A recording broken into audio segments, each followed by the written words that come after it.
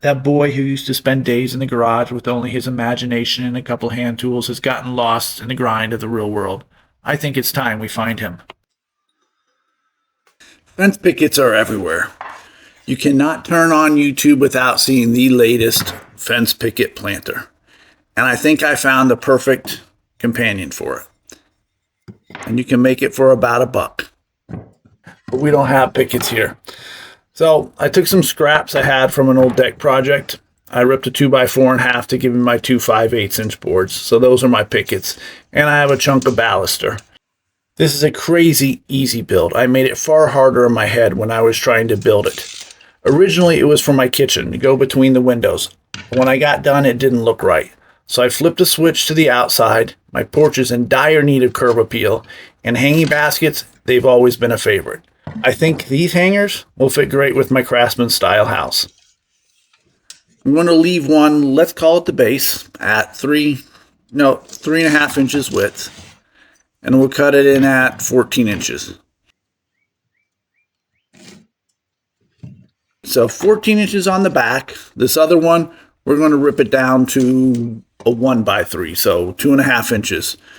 And we'll cut it 10.5 inches in length.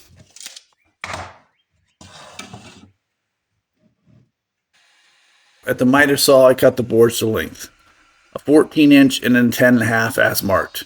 Except the 14, I ended up cutting it at 16. But in the end, I liked it that way, so I left it. You should always wear a mask anyways, but with PT, be extra careful. I know it's gotten better over the years, but still.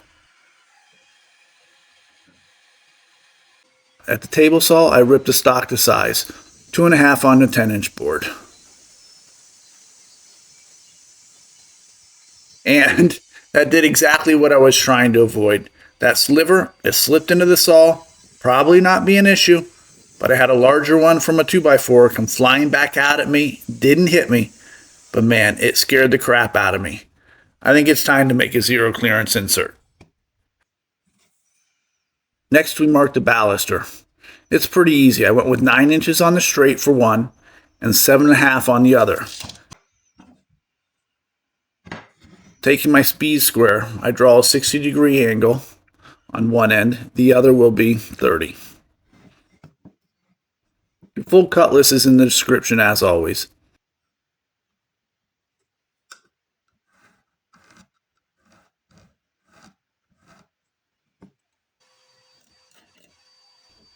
Back at the miter saw, we make the cuts. My miter saw only goes to 45 degrees, so I screw in this quick jig. It's 2 pieces of wood at 45 degrees, with just enough opening for the blade to cut through. This way, if I want a 60-degree angle, I turn the miter to 15 degree. Because 60 degrees minus 45 equals 15. Now I can make the cut.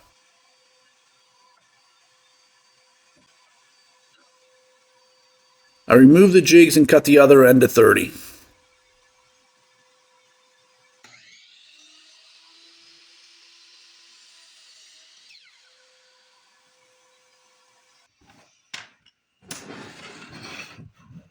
All I'm really doing here is test fitting everything goes. I hate glue ups. Every time I glue something, it slides out of position, and when I clamp it, I find I can't get my screws in. So much worse when you're trying to do it for the camera. So all I'm really doing here is practicing.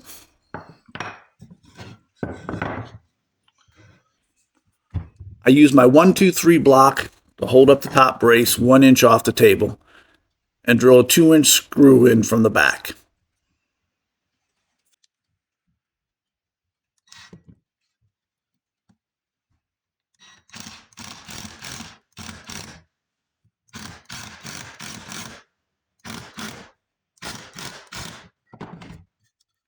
Twist to make sure the piece is square and tighten it down again.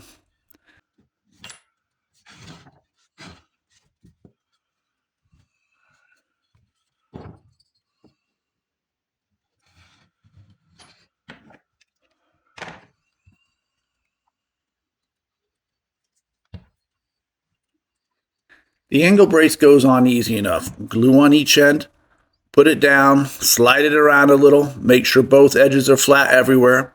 I clamp the joint so it doesn't move on me, then screw a 2-inch screw in down from the top.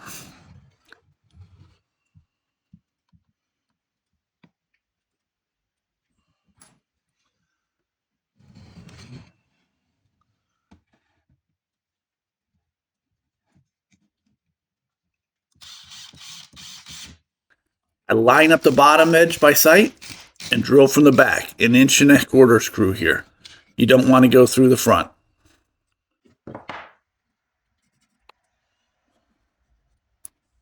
After that, it's smooth sailing. Line up the larger back piece, 1-inch reveal on the top, and evenly space out the sides. Should be about 1/2 inch. Glue, clamp, and drill some holes in from the back.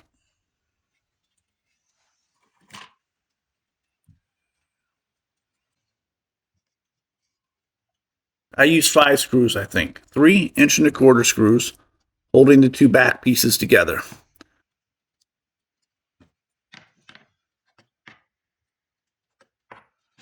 And a 2-inch screw to go through the backs into the bottom brace again.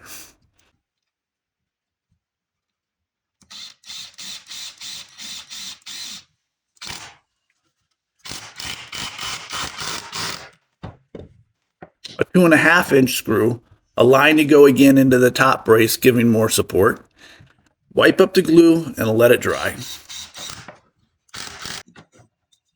So here we have options. I haven't decided if I'm going to just drill a hole at the end, thread the rope through, tie it off, or do I want a screw hook in from the bottom? They make some great decorative ones. I might just hold off and see what the hardware store has to offer. But the one thing I do know, or I think, is it's a little plain. I think I'll cut a couple indents around the top brace to give it a little detail. I ended up cutting 2. I went in 2 inches from the end and cut. I don't know, 1/8 of an inch around all 4 sides maybe. Filed it down with a triangle file, then moved in 1 inch and cut the other one.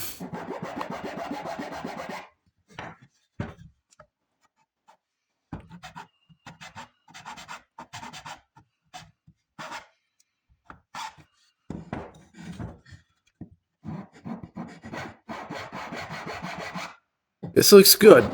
Pretty close to what I had drawn up. I had at one point thought of wrapping rope around the angled brace, maybe even chiseling it in, make it a little narrower.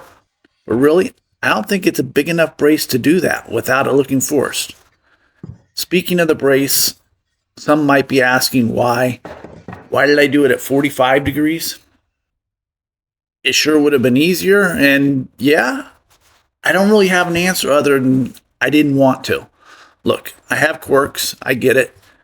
I just like the 60-30 degree look better. It's not symmetrical. Plus, I felt the base needed to be longer than the hanging end. It gives it better leverage and better support.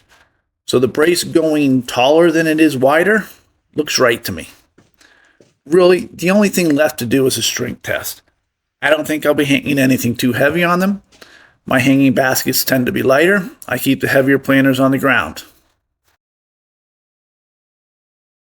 I screwed this in with 2 screws to represent what might be on a typical porch post. And that's 20 pounds. And now 30. And I think that's enough for me. I sure won't go heavier than that. Probably about half that, if truth be told. I couldn't be more pleased with this. It was quite the funny build, though. It started out way bigger than I thought in my head. But once I started laying it out, it went well. And once I got the dimensions down and the look, it went together real fast. I'm going to give the white one a try in the kitchen. I already made it, so why not? Now I just need to snow them out. Seriously, 5 inches today? It's crazy. Can't wait to see what my daughter puts in her hanging baskets this year. As always, thank you for watching. Please be sure to like, comment, and subscribe. Anything and everything. Thank you. Until the next time.